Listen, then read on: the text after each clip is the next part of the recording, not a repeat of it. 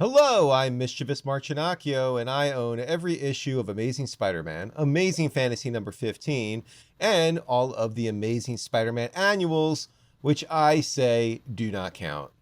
Boy, it feels like forever since we've gotten an annual, but maybe I'm just forgetting the last annual, which is maybe the banter of half of the openings of this show.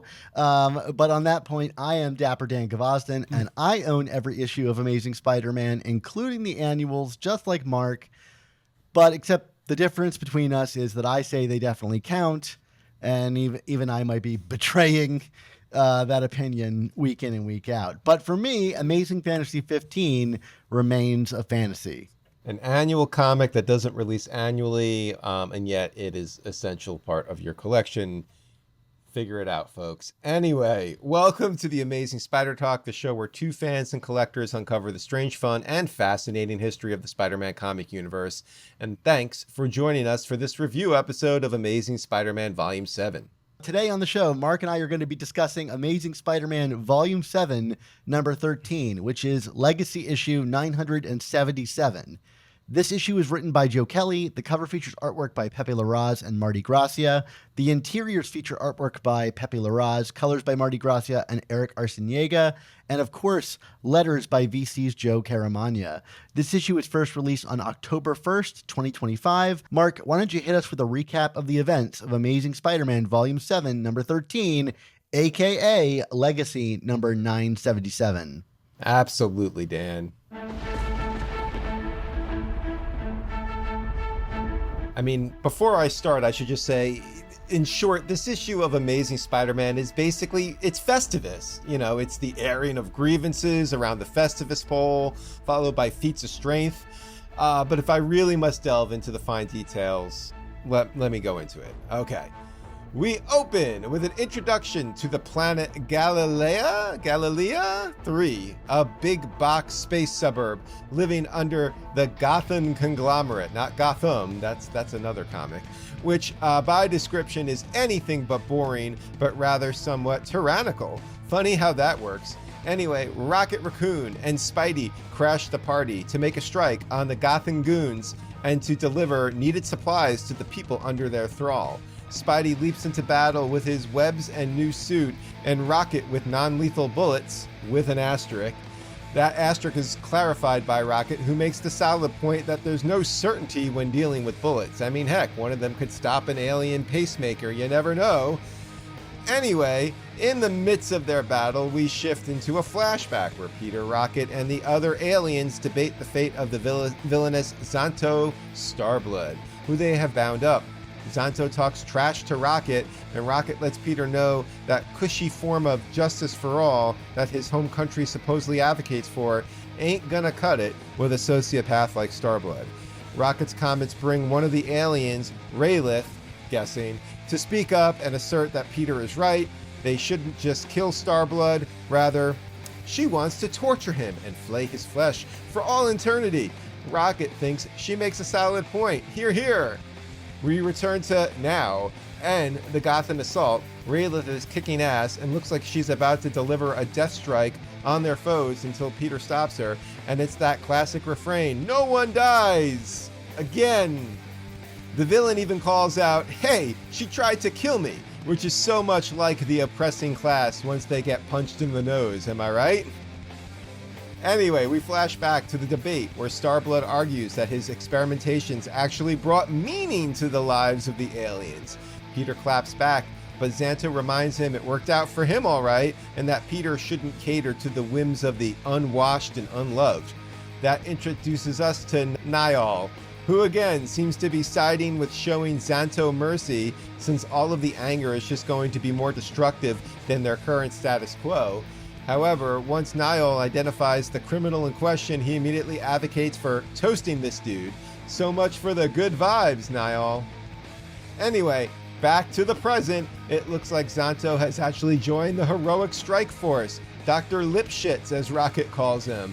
I guess better than Dr. Joyce Brothers? I don't know. All the fighting brings out the Gotham conglomerate's big boss, Black Dwarf, a disciple of Thanos and part of his Black Order. For those of you who don't remember their Infinity Comics or Infinity War, where he was renamed Cull Obsidian, PC culture run amok, right? I mean, come on, we're canceling Black Dwarf.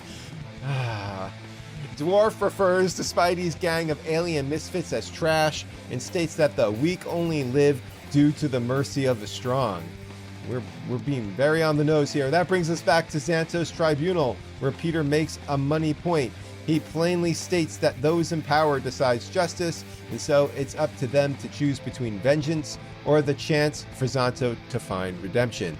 The gang is ready to elect Peter as their leader, like he's Barack Obama after his speech at the 2004 DNC, until Simbi squirts some goo in his eye.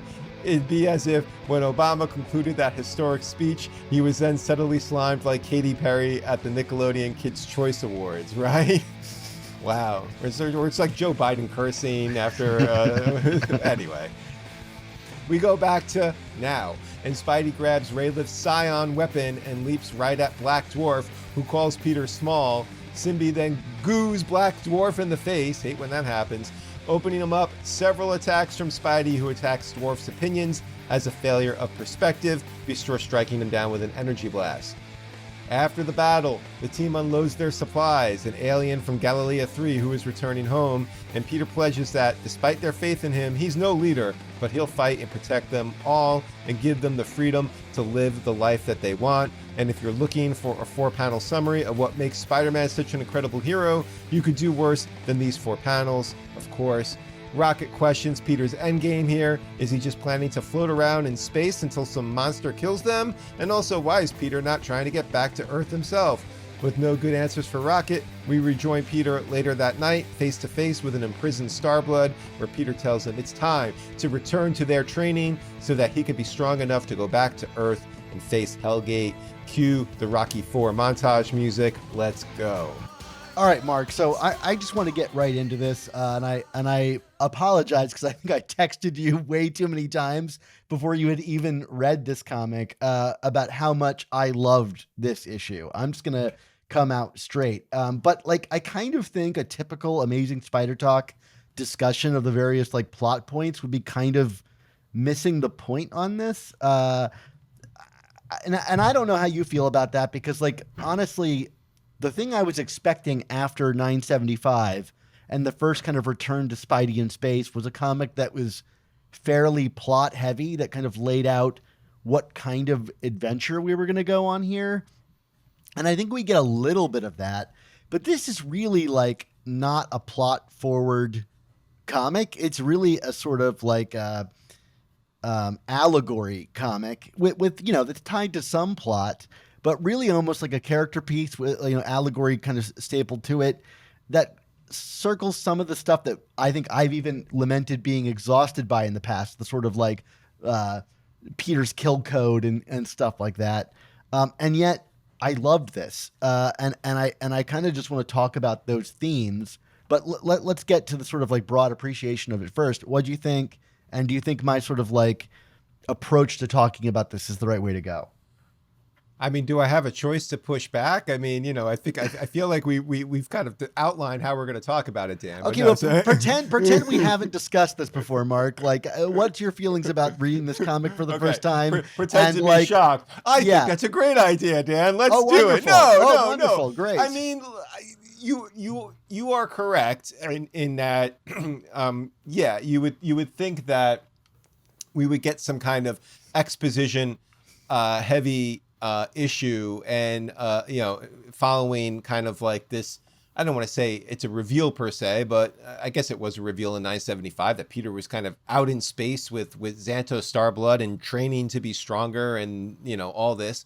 And yeah, I mean, I guess the only thing I would disagree with is you called it a kind of a character study. I mean, this was, I think, all character study. Yeah. I mean, it was just framed in the context of this kind of weird off-put space adventure, but I like the fact that they put it in the context of all these unique different characters than the usual. You know, this wasn't, you know, Luke Cage and Miles and Cindy Moon who are in Peter's company. I mean, these were just, you know, outside of Rocket Raccoon, wholly unique characters that we've never really seen before and have no idea. You know, so like kind of seeing Peter's code and moral clarity up close was different. And I also feel like this this comic just had more to say than the tip, and I think that's might be, not to put words in your mouth, but you mentioned like, oh, things like the kill code and stuff like that are kind of tired and trite. Yeah, we're playing the hits there, but we're kind of saying it in a different new way, I feel like, or at least just a different way than we've heard it in a really long time on this comic. Like there's some real depth to how we kind of explore Peter's character, and not just Peter's character, but Peter's character vis-a-vis other characters in this comic who are clearly, unequivocally evil. Like there is no gray area about these characters. This is not, is Norman Osborn trying to redeem himself, is Dr. Octopus, trying to go on a better path or whatever. Like Black Dwarf and Xanto, Starblood. I mean, these are bad characters, Yeah, who've done bad, atrocious things. So kind of seeing Peter make his ethics and morals so clear in opposition to them, not in a case of naivete, but like really to kind of strike a difference between, not to use the bad characters' words, against them, but it isn't us versus them, like we are the right and justice and justified, and they are the evil. But at the end of the day, it also comes back to this idea of responsibility and like in being in the right and having ethics and having morals. Like what is your responsibility to honoring that? And I feel like maybe that's kind of the wrinkle that we didn't get before. I mean, this was a really great character study that we haven't gotten before. I mean, we were, I think, scratching the surface in the first arc and change of this run so far with Joe Kelly, but like I really feel like he brought a lot of what he was going for in that especially that first arc. It really kind of comes and blooms in full here. I thought this was really, really great writing of Peter. Yeah, well, I mean, I think this is just really great writing altogether from Joe Kelly, and the kind of clarity in speech and morality, like you said. It's the kind of thing that you and I were like, it's the opposite of what you and I were fearful of from the Joe Kelly run, where like his writing would be imprecise and ask a lot from the reader to kind of like fill in the gaps without necessarily having the clues to do so.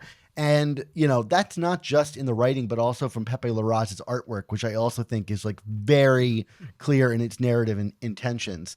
And one of the other things I was fearful of that I think that this like clearly cuts against is, when you hear the phrase Spider-Man in space, Right. You immediately think, oh, well, it's going to be a bunch of nonsense of him dealing with cosmic stuff that we can't possibly relate to. And it's removing the character from the kind of core thing that we like about him, which is his humanity. Right. And, yes, the fish out of water thing can be fun every once in a while, but when it's prolonged, it can really just kind of like take you away from what's special about it. And so I think Joe Kelly does a lot of smart things in this issue, but the smartest one is to make the first like major chapter of his independent space adventure one that gets to the humanity at the core of the whole thing, is like who Peter sees as human and deserving of like humanity and kind treatment. And it grounds this whole endeavor in an amazing way. And then you pointed out like all the different voices of different characters. Not only does it use this topic of like who deserves justice to tell us about Peter, but now I have a very clear idea of the morality and characters of each of these people on board the ship with Peter. Like they all like cut a very distinct portrait, whether it's Pepe Larraz's designs or how those designs then are shown in action fighting against Black Dwarf and all of those other characters, which superhero comics are great at, right? Like character through action, and through words, if you can balance it well enough. But like now I'm totally bought into who all these people are on board the ship. And I'm sure there's a million other wrinkles that will be developed from here. But like, I'm not going to forget Niall or Raelith or however you pronounce her name anytime soon, even if I can't pronounce their names. because their But you introduction won't was forget them. right. I won't. I won't. Their introduction is so immediately like stirring. I mean, to get into the specifics, like Niall's thing about the tree and really looking at the tree, and the ideal of his sort of like idealized version of ideals, then immediately being turned on its head. And we can get into all that stuff, but like everybody's so distinct. And what a great topic to be distinct about, justice and how you mete it out. And then back on Peter. Yes, we've talked about this topic many times before, like his kilt code, but like I even if it's not necessarily a new wrinkle on it, I don't think I've ever seen it presented with such moral clarity as you said than it is here. And I know that our show has been commented on in the Apple Store reviews about being political, but like I can't, like the rest of this run, uh, not read this and see political allegory all over this. But if you read this and don't see political allegory, that's fine too. Like I think Joe Kelly is such a soft touch with that stuff that he can get at something very real and modern, if you want to see it in there, but not let it like dominate the book in the way a book like maybe Captain America is used to doing, because it's very much Captain America's territory to do so. And so I just think that is really, he's really adept at that too. And I'll be getting into my particular read of this issue, which some people might not love me getting into, but I can't help but talk about how I react to it as a critic and as a reader. And I just got so much more out of this than I have from a comic in a long time. And I would say, I think this is my favorite Joe Kelly comic I've read, maybe ever. And certainly my favorite issue of Amazing Spider-Man in quite a while, even though I love stuff like issues 4 and 5 of this run.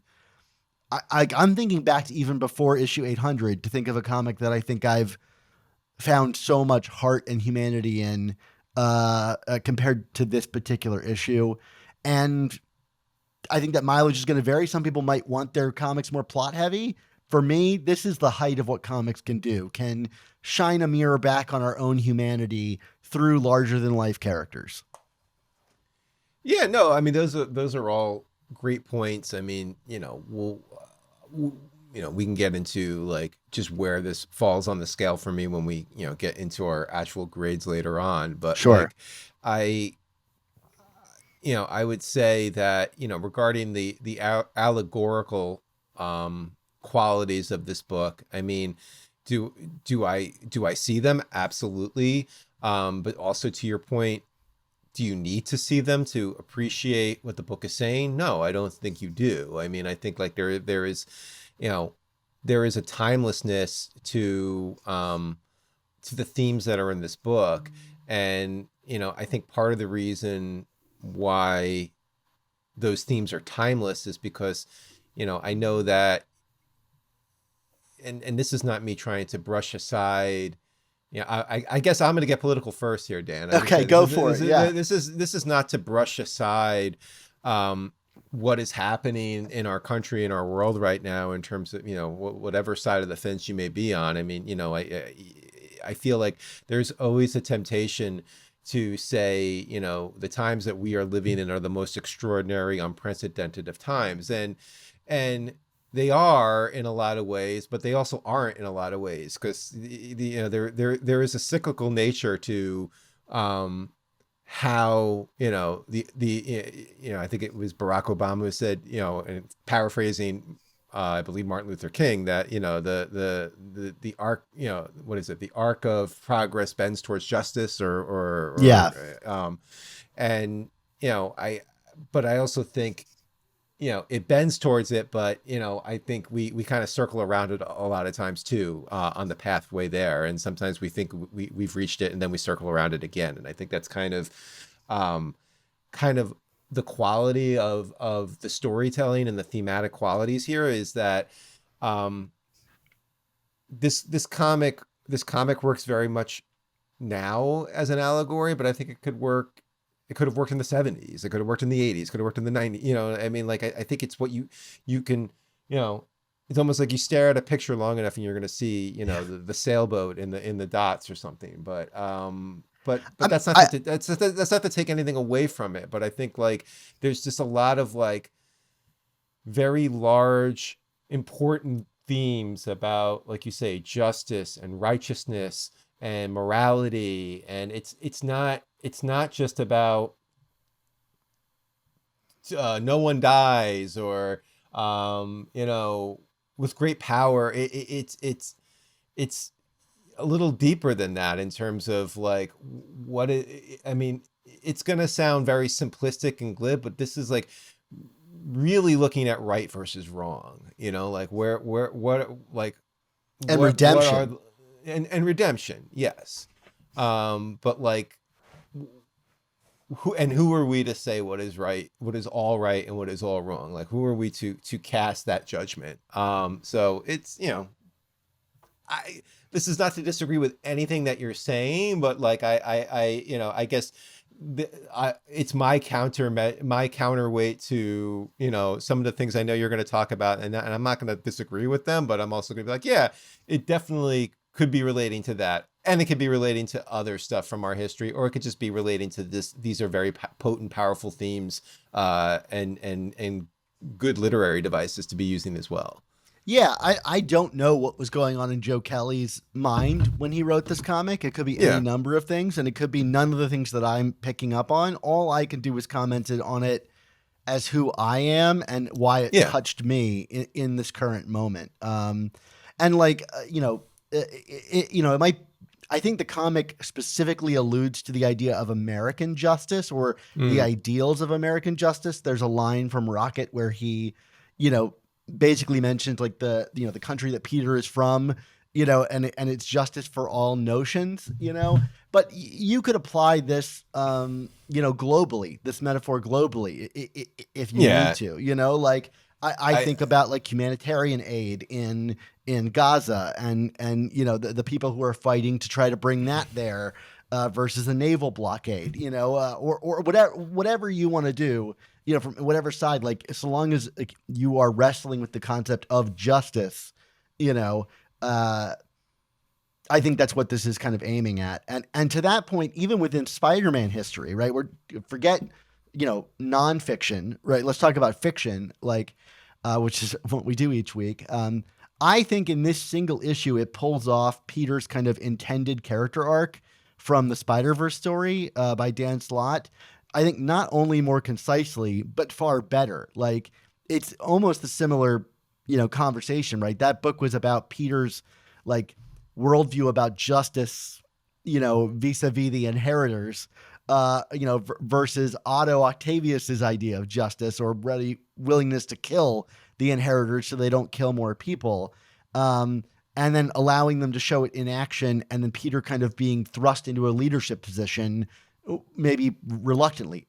You could say it's a very like the exact same plot as that, and I think the clarity on display here from Joe Kelly as a writer, the visuals, and the sort of like elegance of how that script is crafted, even the flashbacks and flash forwards, and allowing that comparison of the point being made to then play out before our eyes.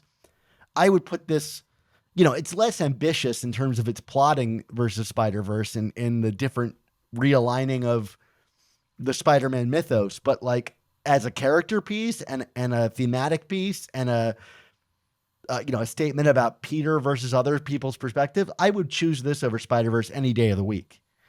Well, I think you got two things going here. I mean, first of all, you know, like we let's use Joe Kelly's own words on this show, you know, to kind of give voice to what we're seeing here. You know, he you know described his Spider-Man is, you know, he doesn't necessarily have the moral leadership of, say, a Captain America. You know, he's not gonna like, you know, I plant my flag and, you know, everyone get behind me, and, you know, you know, but he's it's not even, you know, you could say he's a reluctant leader, but it's more along the lines of like, hey, I think I think this is the right thing to do. And you're all free to come with me.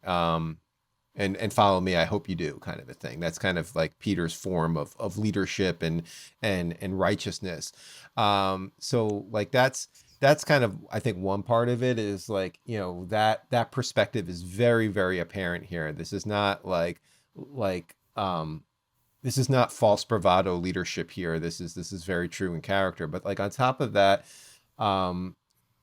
is the fact that like Peter / Spider-Man is the center of the drama here. Yeah. It's even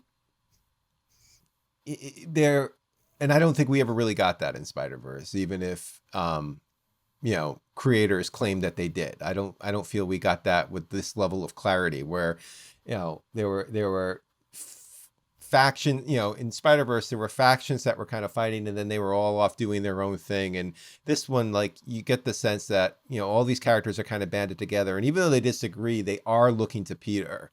Like they see something in Peter that makes them like, not want to just go off and do their own thing, or, and even someone like Rocket, who presumably has had past interactions with Peter, it's just an interesting kind of dichotomy versus what we saw in Spider-Verse. But I want to respond to that really quickly. You said Peter's at the center of it, and I think that's also reflected in the art. In all the debate scenes, Peter is dead in the center, surrounded by these people, and I think it's definitely an intentional choice by Pepe Larraz to frame it that way. But then, speaking of like his amazing covers, the covers from Pepe have been unreal. And this one, I think, is, subtly got a lot more going on than initially, you might think. It's just Peter and a bunch of new characters. But there he's also framed dead in the center with all the new characters that we meet during this debate, framing him around the edges. And then Pepe and Marty Gracia, they add this like explosion of purple behind him that makes him really pop out and, be the center of focus here. And it says like, hey, you know what? Peter is leading this, even if there are all these other characters and that frame him so nicely. I felt, looking back on it after reading the comic, I was like, what a perfect distillation of what's happening in this book. And I know often the covers are drawn well before the interiors. But I mean, what a combo of setting it up and then knocking it out. And I think that like follows through in the writing as well. Let's talk about the kind of more specifics of the content and the allegory itself. I don't know if you had a particular read on this when you read it, just other than enjoying the allegory. I had a really specific experience, which I can talk about where I was at in my headspace when I picked up this comic, but I'm curious to hear what you thought when you read this. Well, I mean, I think if, there are certain phrases and visuals and ideas here that, if you've been frankly following the Kelly run, since the beginning here, or at least the beginning of volume 7, I mean, I think we're consistent. I mean, like he clearly has, earlier in this run, we've been making statements about, the kind of the tech bros and big business and all that. And, when we're introduced to this, it's a big box space suburb under, the Gotham conglomerate, which is, basically, feels very capitalistic, except, it's actually quite tyrannical, which, you can read between that as you will in terms of capitalism, and with a military presence and but like I also especially thought that the language used, this is when I was talking about Starblood and Black Dwarf earlier as being like bad guys. I mean, like, unequivocal. The language being used here. I mean, you have Black Dwarf calling them, trash and saying that, your ideas are small. And you have Starblood at one point, basically calling them, what does he say? Like the unwashed and unwashed. Yeah. I mean, and again, like, I mean, I know you're just going to say it. I mean, but like there are plenty plenty of things that you can pull from our modern discourse and dialogue about immigration and authoritarianism and how we're silencing dissent and the roles that corporations are playing versus the roles of the working class. It's rich to mine from there. But like, even if you don't want to talk about or think about, like, let me preface this by saying that I view my superhero comics as a form of escapism. And that's not to say that, escapism means I get to be naive about the real world implications of what's within the pages. But, when I'm reading something like this, kind of to go to what I was saying earlier, I will feel things that relate to how I'm feeling then and now, but like I like to try and separate it and be like, but how do I feel about this if I'm not even thinking about the outside world right now? Sure. You know what I mean? And with that being said, like, this speaks to many things that I feel morally about our the empathy we need to have for others, and not giving way to only the whims of the ruling class, if you will. I mean, like, I think that is very upfront and up center, regardless of what's happening with the Trump administration right now, regardless of what's happening with Elon Musk and Peter Thiel and all these other things. You know what I mean? Yeah. Like, it's just this classic. It's not even like, David and Goliath, but just like, the perceived powerless versus the power. And there's not to jump around, but there's a statement towards the end about power, and power and justice. Justice is a reflection of who's in power. And like, I mean, first of all, like, if that's not a statement on what's happening in the world right now, or at least in this country, I don't know what is. But it is a major thing. I mean, like, it has always been a thing. Like, it's the same as saying that history is written by the victors. You know what I mean? Like, it's justice is defined by who's in power. When it's someone else, it's justice is bringing the people who rioted at the Capitol building to to see that they are punished. Now it's their punishment was unjust, so that's how they are interpreting justice. And like, I don't know. I look at it and see something very specific happened, and I draw my opinions from there. And you I guess some people are free to draw theirs.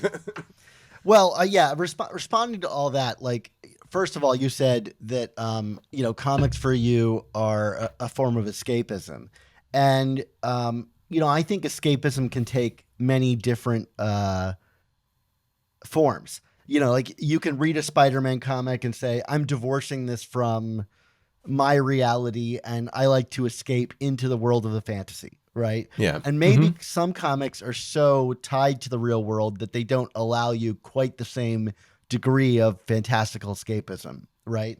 And I think Marvel has kind of prided themselves on kind of having a toe in each lane, if you will. Like, it's the world outside your window, but how far into that world are we willing to go? Like, how mucky of subjects do you want to tip your toes in? We had Tom Brevoort on the show, and I remember I asked him about, is COVID-19 going to be reflected in the world of Marvel if it really is the world outside of our window? And obviously they chose not to pursue that avenue, and probably wisely. That's probably not something you want to pick up week to week to see your heroes, dealing with, or Right. or maybe someone would find a really cool way to address that, or what have you. For me, the escapism that I got out of this comic is Peter's moral clarity, right? in a world where moral clarity seems to be hard to find, having a hero that can present it in such a way and be like a really defined hero. I know he's not a real person, but like in fiction, I can see a representation of what I like long for in reality. Like that to me is still escapism. It's the idea of like watching The West Wing, right? Like no American president could be so human Ernest and and giving. It seems yeah, so silly nowadays, but right. and that's why I can't watch the show, because like I didn't watch it, it wasn't on the air, but even now it feels like a fantasy beyond comprehension, right? Um, but that's still an escapism for some people. You know what I Yeah, mean? for sure. Um, I guess I just want to clarify, and I know, and I'm not accusing you of doing this in the sure, least, but like, I'm not going to read a book like this and be like, okay, so Peter's a stand-in for this real life figure, and Xanto is sure, a stand-in for this figure. It's I think it's important to look at the themes and to look at the story and to draw parallels, especially given that this is being written in the year of our Lord 2025 here. yeah, So like, obviously there is context and things happening here that it's important.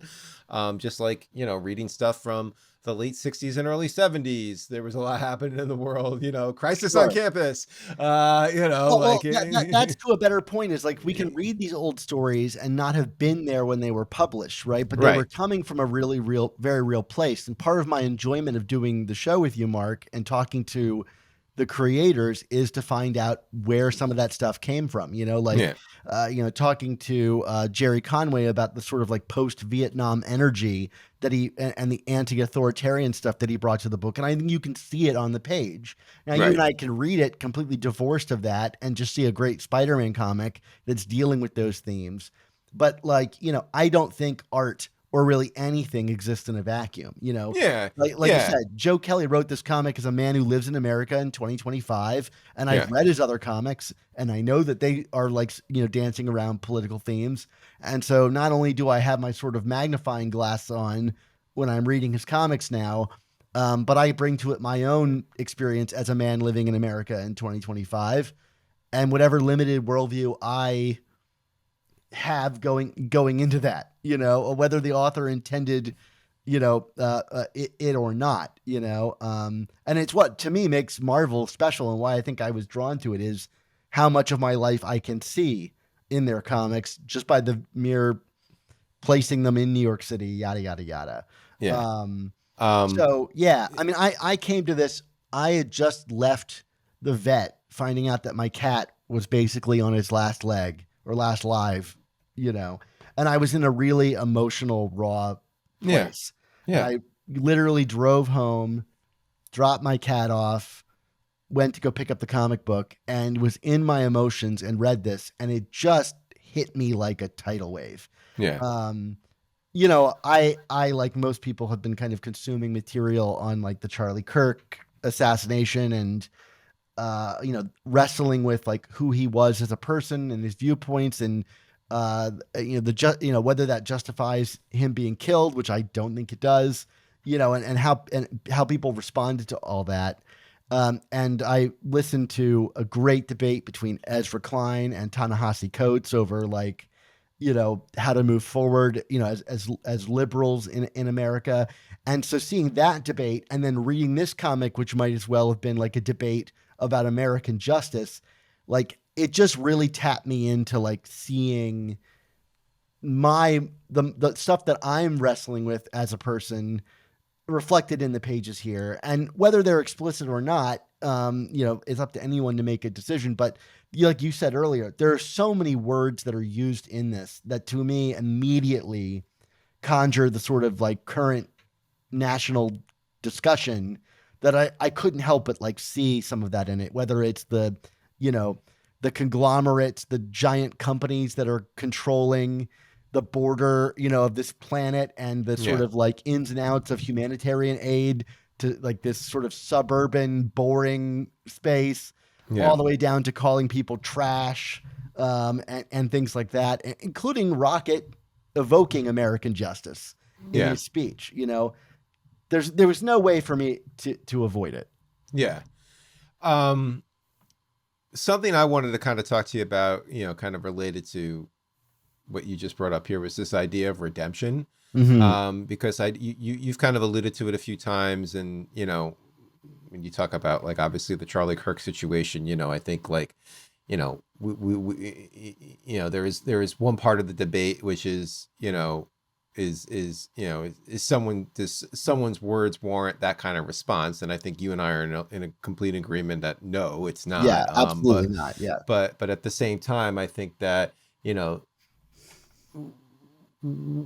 I think, one of the things that we have seen is this idea of, like, well, because we feel bad, and feel that what happened was unjust, are we then under some obligation to kind of lionize and create a version of a person that didn't actually exist?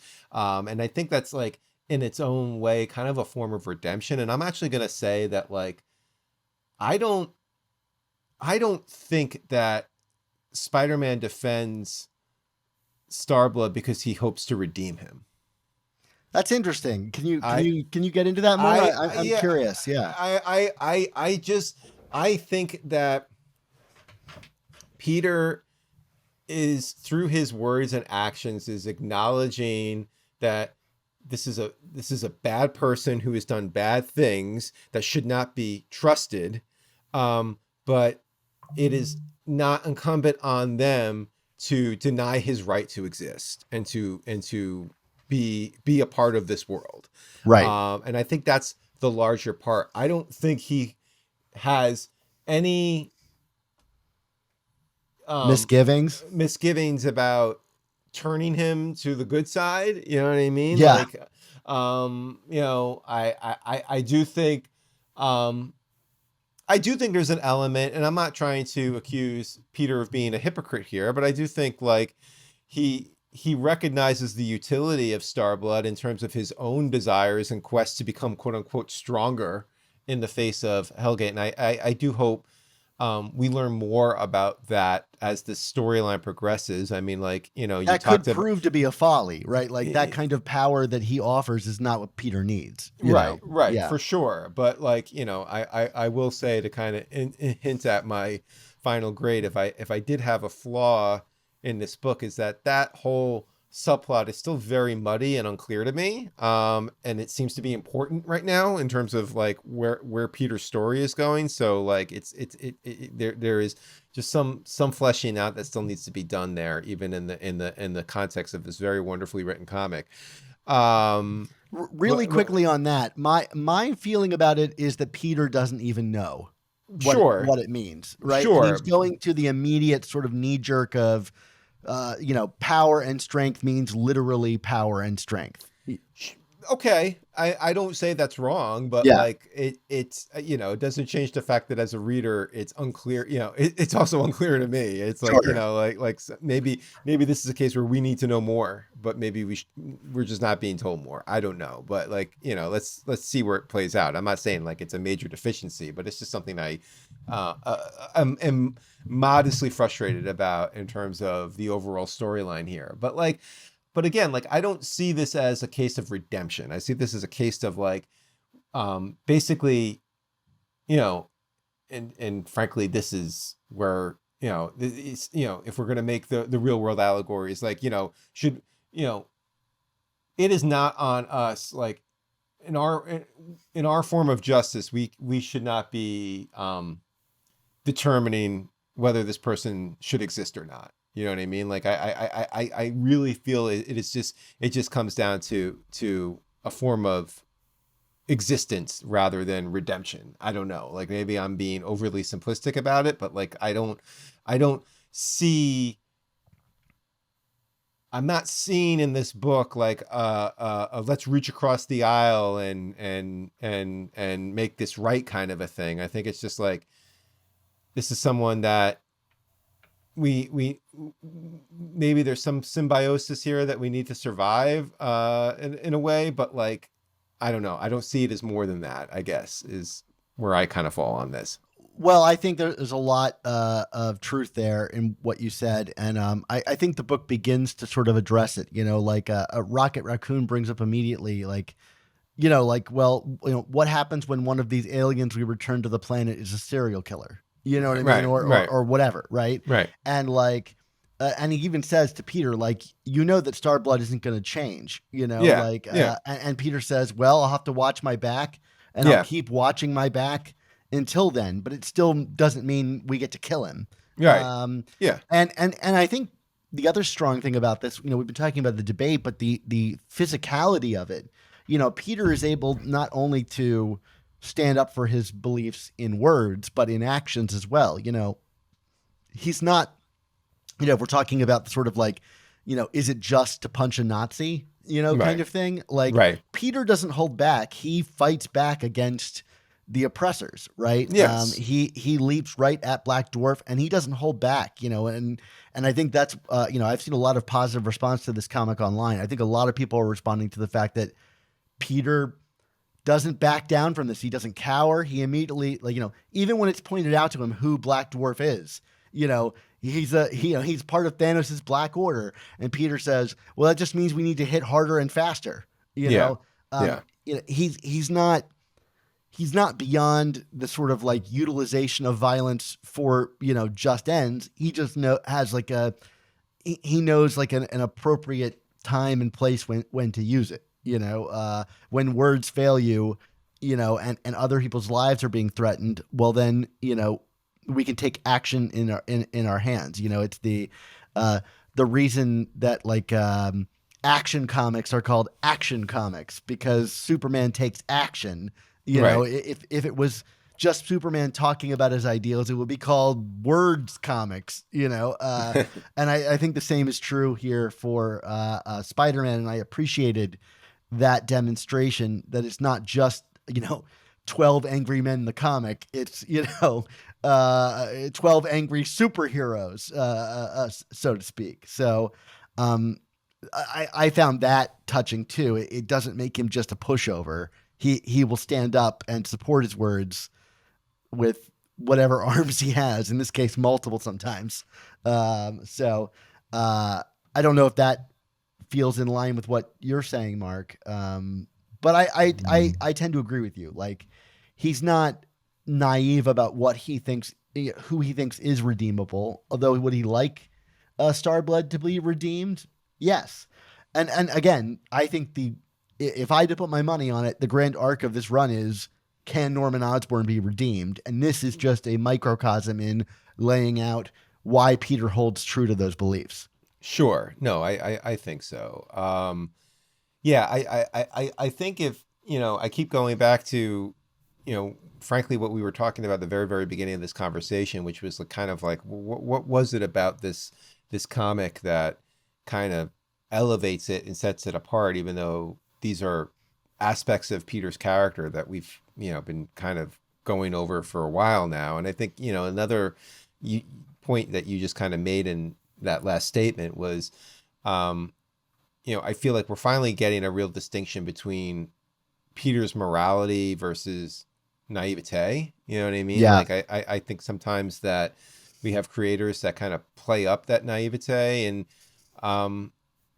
if you go back to, frankly, the Ditko era, I don't think that is a naive character by any stretch. I think he's if anything, it's, he's kind of a hardened character and distrustful and at his core unhappy in a lot of ways. You know what I mean? Like his instinct, and we've seen it even in this run with Joe Kelly, that great scene with Aunt May about pushing people away. I think that's kind of, a part of Peter's character that we really never fully embraced and grappled, because we just kind of, have always defaulted to the fact that he's the friendly neighborhood Spider-Man, and, he's everybody's punchline, and, he gets caught in his underwear sometimes and things like that, and to that point, I don't think the speech he gives here is something that Ditko and Lee's Peter was capable of delivering. Like, he is matured greatly, and he's come to this moral reasoning, maybe those were his morals when he was 15, but like that was a much angrier, anti-status quo. I'm Right. kind of getting mine while helping people out of guilt character that is now settled into this sort of moral high ground, if you will. 100%, but I don't feel like someone who has that kind of experience at his most impressionable core is going to, as he matures, become more naive. And I feel like that's something that some creators have leaned into more than, frankly, more than I have liked as a characterization Yeah. of Peter over the last decade or so. And I like that, you know, that yes, the character is evolving. He's not the same character he was in 1964, but at the same time, um, I think that there are more traces of where that might where certain things might have come from, and I think this is just my way of being very adamant about the fact that like I just appreciated that this was a sensible, um, clear-headed Peter who at the same time was very you know arguing on the side of morality and justice via his interpretation of justice. I don't know. I just want to kind of draw that line. It's like, for whatever reason, we just, have dealt with so many comics that had a muddy characterization of Peter based on the fact that we kind of wanted him to be young and goofy and naive and silly and impetuous. And, um, you know, maybe some of those characteristics are there, but not like in the negative here, I guess. I don't know. Well, I want to add on to that because I think you make a really good point. I think there's this whole idea in sort of like modern fiction that characters have to be um like kind of wholly imperfect or like and it sort of came with like the rise of like the anti-hero as the sort of like baseline character. And like you can't make Peter an anti-hero, although just about every other B-title miniseries I read tries to like spend all of their time getting into the moral grays of Peter, which like I just like I enjoy some elements about the Spider-Man and Wolverine comic that's going on right now, but how much it's playing with like, oh, how far is Peter willing to go? I just find it Right. so exhausting in a way Sure. that I don't find this comic. Yeah. Um, but that gets to the point. I don't feel like this comic had to like degrade Peter in order to make an interesting and compelling character. And I Yeah. think that this is a trap that a lot of modern fiction falls into, which is like it's all very cynical and like there is no true good. And here there's like a true good that's not overconfident. And that was refreshing. Like Yeah. how often I want to just go to the movies and watch a movie about like a hero being a hero instead of just like how everybody is terrible. Like Right. that I could find that in this comic and be uplifted by it, while also having some really great portraits of other characters that aren't quite as morally pure. Like two of my favorite beats in this comic are when Starblood basically tries to like guilt or like appeal to Peter's sensibilities by saying, "Hey, like you got benefits out of working with me. Yeah. Yeah. Like forget all these other guys."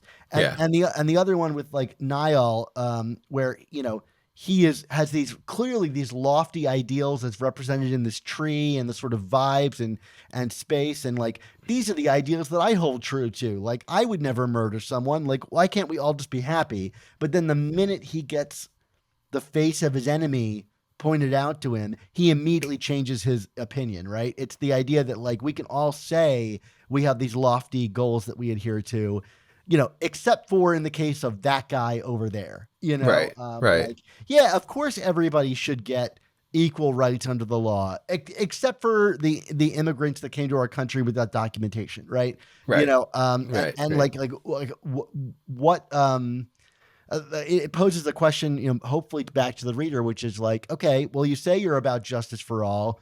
What if it's in this instance, like through the lens of superhero fiction? I don't know if you had any reaction to either of those two big character beats, but I thought they were uh, really great summations of like sort of like tricks that are always used to sort of turn people against another and forgo justice. Yeah, well, I mean, I think it's definitely playing into the idea of, how, again, in a classist system, how, the way the 1% consolidates power is by turning everyone underneath them against each other. You know what I Right. mean? Yeah. It's that is the age old trick. And again, it's not just unique to 2025 that we're seeing that. I mean, we're kind of seeing it on steroids right now, but like that's neither here nor there. I did want to add, especially with the scene with Niall, that I thought was, we talked about, like, way back in the day, what were we expecting from a Joe Kelly Spider-Man comic and a sustained run on this book? And, obviously the first thing that kind of pops in my brain was going to be like, what's the sense of humor? What's the humor element going to be like? And I thought, like, the Niall scene specifically was very funny because it was Yes. set up with this very poignant Hippy point. dippy almost. Yeah, Yeah. yeah. I mean, hippy dippy, but like, I think, like, again, draw whatever parallels that you wish, but this idea of the negativity and caterwauling is only going to make the box thicker and trap us. I mean, think about the dialogue following the assassination of Charlie Kirk and what has been happening in this country, and that statement speaks many volumes for everybody right now. I mean, this was written before Charlie Kirk was Oh, assassinated. sure. Yeah. So like Yeah. my immediately takeaway was like social media, like Oh, right. all the Yeah. complaining, is not going to get us anywhere. It's just going to make our, relations to other human beings harder to find. Like I've lost family over politics and COVID and all that stuff, and it didn't need to happen. But like social media drives us to not really understand the humanity of other people. Yeah. Right, for sure. But yeah, I mean, I feel like that setup made the punchline stick that much more. So So the point you're saying really is this is not the kind of humor you expected to be getting from Joe Kelly. no, it's not, but it's funny. You know what I mean? Like Joe Kelly is a funny writer. This I just wasn't expecting, and has consistently shown that over the years. I just didn't expect it to manifest in this kind of fashion, but like, it doesn't change the fact that he's a funny guy. You know what I mean? Like, and he There's a lands the- lot of funny moments in this, even Yeah, down yeah. to like Xanto Starblood's like remote piloted pants. You know what I Yes. mean? Like what a Yes. funny detail, but like cool, like, way to go with it, Yeah, I still find a lot funny in this comic, and despite the sort of like lofty ideals, I guess, of its thematics. In terms of lofty ideals, I did want to conclude like by saying like I found Peter's final speech incredibly touching. Like if I often say like if people ask me like what Spider-Man comic they should read in order to get into modern Spider-Man, I point them towards JMS, and the opening, coming home and all of that stuff. But like if I had to kind of like find like a page or two that maybe summarizes like why I like Spider-Man comics, I might Right. point them towards this final speech, the sort of idea like that I'll fight for you, every one of you, protect you as best I can, take you where you want to go so you can get back to living. That's the justice you deserve. Freedom to live the life you want without fear that someone can just take everything away. And I was moved by that because it's really why I started reading Spider-Man comics. I felt a kinship with him. Not that he was a leader, like he was never going to be the popular kid at school, but he was like me, someone, even fictional, who would fight for ideals that I believed in. I don't know about you, Mark, but like I've always been sort of like categorized as a person of having like ideals that I will stick to no matter what. Sure. And the folly that might sometimes, provide. Maybe part of it is being on the autism spectrum as I am, that like, rules are the rules, and the way the rules are, the way the rules are. And, like, and anybody that breaks that, how dare they, Right. Right. But, and it's funny because Spider-Man's kind of oftentimes like fighting against society's stuff. But I don't know. I found that character in fiction in Spider-Man someone who would fight for the ideals more than I could, perhaps in reality, and include us all, so that we could all live the life we wanted. Us weirdos who love comics so much, and I also think it's kind of the promise of what America is about, and like the ideals, at least, of what America is about. Like everybody, like getting to live their lives equally, under justice, and this sort of like striving toward a more perfect union, so to speak. And the kind of like sort of my ideals and belief in America as a, whatever, a fictional concept married with this character who's meant so much to me over the years, and supported so many things that made me feel uplifted as someone who got into comics. It really touched me, and was like kind of like what I was looking for. I think, one, in that particular moment of my life when I first read this and read this today, and two, just what I like getting from comics generally.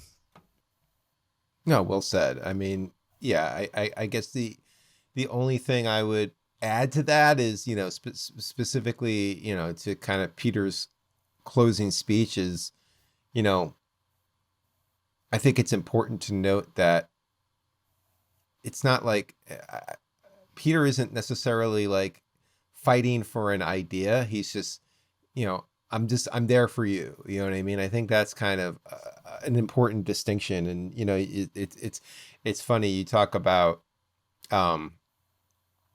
this vis-a-vis America. And, I feel like, sometimes we get trapped in America. Like, what are we fighting for? Well, liberty or freedom.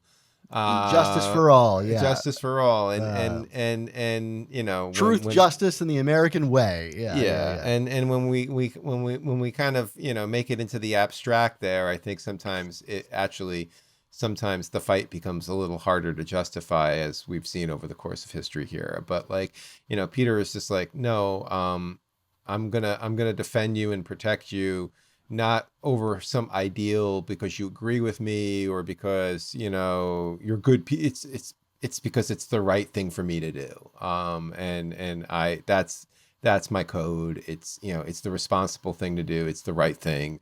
Again, like it's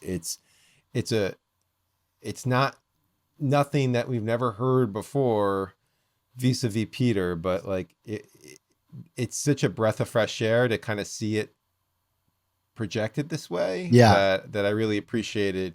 Like you said, this opportunity to really maybe go into a very plot heavy issue to kind of, zag instead of zigging here, and instead giving us this very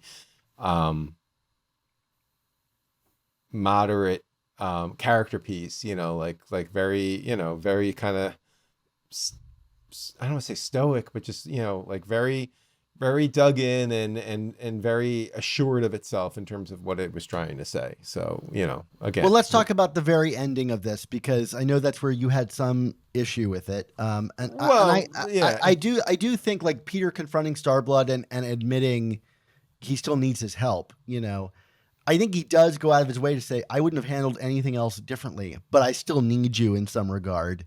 Like, maybe it's that drawing that Larraz does of Peter's face in half shadow that casts it with more moral ambiguity than the text maybe does. But sure. I don't know how you feel about it. Yeah, I mean, look, I guess with that, it's... like I said earlier, I don't want to point it out as any kind of hypocrisy, but it is interesting to me that Peter thinks that despite everything that's happened, that Starblood has something that he needs. You know what I mean? Like I feel like that just still needs to be fleshed out, and defined, like what specifically is the secret sauce here as it relates to Starblood, and that Peter doesn't think he can get elsewhere. Yeah.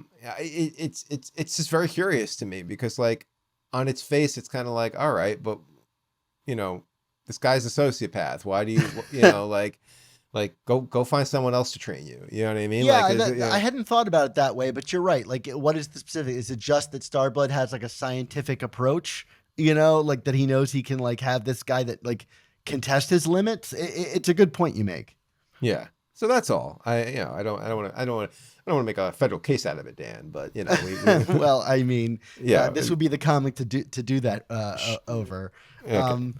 Yeah, no, I see what you're saying. It is vague. Like, what is the specific thing that he's going to get out of Starblood? I mean, we saw some of it, right? Like, there's like that suit he was wearing and the weight and stuff, but that doesn't seem like something that's wholly unique to Starblood. No, maybe amongst their ship. I don't know, but maybe Rocket seems like the kind of guy that could whip up a contraption that would test Peter, in some way. For sure. But that is interesting that you bring that up. I mean, ultimately, like whatever that is, I do think if I had to sort of like guess the sort of other rationale for Joe Kelly kind of starting the story off here is it's going to be less again about spacefaring adventures more than it is like moral code adventures, right? Like, I think you start by having Peter state something so plainly and so strongly, and then you begin to chip away at it by introducing new scenarios like Rocket suggested, and maybe Starblood will bring into the mix that begin to make Peter question whether he still will hold quite so firmly to that belief. And, he's Spider-Man, so he's going to, right? Yes, but for sure. How much pain and how much sacrifice is he going to go through in that process? We're going to find out. At least I suspect that's where the story's heading. So, and I'm 100% on board to find out. I enjoyed the Norman Osborn, Ben Reilly story, but like with this, I'm like, I want both, and I actually think it's clever to be bouncing. But like, I can't wait to get back to reading the space stuff. Yeah. But also, I'm excited to get back to space stuff because it's going to be Pepe Larraz too. Yep. So like, look, great. Like let him do the space stuff. I'm good with that. Yes. Like, so anyway, I'm just going to get right out here. I've been wrestling over what score to give this because I think in my book, an A+ is where a story can do emotionally for me what this story did. Tied to plot, right? Like a culminating story at the end of whatever, Kraven's Last Hunt, Red Goblin, what have you. Something that's going to be a real like sort of climactic peak married with an emotional peak. I think Coming Home does that beautifully, right? Like it's I said my goodbye to Aunt May, but then I'm also going to like make the ultimate sacrifice and be proven a victor. That's an A+ book. But to me, today, this is an A+ book for me. This week, I'm giving it an A+. It's the most I've enjoyed reading a Spider-Man comic in at least 175 issues. Well, that's great to hear, Dan. I mean, I guess I'm gonna get like the booze and the garbage thrown at me. Mark. I'm making this intensely personal. That's the point of a review. There you go. I'm giving this an A-, pretty much for the reasons you just spelled out, which was that I think this is a beautiful character story, but I really can't move it higher than that without something actually climactic happening in it, which there really wasn't. I mean, like if we never saw this adventure from a plot perspective, I don't think the Spider-Man mythos would have been hurt or hindered by it. But I love it as a character beat. And you could replace Gotham Conglomerate and Black Dwarf with just about anybody else, and it works just as fine. Yeah, but this is not Peter coming out to Aunt May, or like you said, having his final reckoning with Kraven, or saying goodbye to Harry Osborn, the real time, not the clone of Harry Osborn. Yeah. Which time? Yeah. Anyway, so A- for me. Yeah, and I think that's an absolutely perfect grade, Mark. I don't want anybody to boo you. I have to speak about this from my own personal perspective.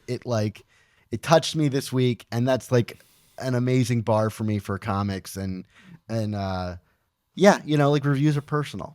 So, yeah, awesome. Well, I was just say I'm only a few months removed from criticizing the marriage in a debate, so I guess this can't be worse than that. As the booze carry over, Mark. The booze carry over. There you go. Yeah, right. yeah. And my favorite thing about reviewing something is that it often tells you more about the critic than it does about like the movie or whatever. Like you can take it to the bank knowing what kind of comics I like. Hearing me give this issue an A+. There you go. Which is to say, plot is very secondary to me to clear themes and writing. Absolutely. Absolutely. So anyway, Mark, why don't you bring us home? Well, that of course brings us to the end of this episode, but we want to thank you, the listeners and viewers, for tuning in to this episode of the Amazing Spider Talk. This podcast exists because of the support of our listeners on Patreon, where for only $4.99 a month, the cost of a new comic, you can help support our show's existence while getting early episodes, including these reviews, the same week the comics release, as well as exclusive artwork and a ton of other bonuses. Yeah, and if you value smart comics criticism and historical analysis, we do hope you'll consider supporting us on Patreon. What we do on the show is admittedly niche. We're talking about political themes in Amazing Spider-Man comics. But still, if you find our Spider-Man commentary and community valuable, we can only continue doing what we do with your support on Patreon. Thank you to everyone who supports us in our work, but a special thanks to our newest members. Oh, you have to give me these names, don't you, Dan? Saika Marian, Simon Birch, Jennifer Goschel, and Ty Harmon. Plus, an additional thanks to Noah Wilkinson, who upgraded his membership to become a friendly follower. If you want to join their ranks, please go to AmazingSpiderTalk.com and click on the Patreon button to sign up and join our club. So, Mark, until we find ourselves imprisoned by the threat of explosive pants, what's our motto? And that might be more of a threat each coming day as I age here, Mark. I mean, we have explosive pants. I mean, in Black Panther, we have, the devil's pants. With great podcasts, there must also come the Amazing Spider Talk.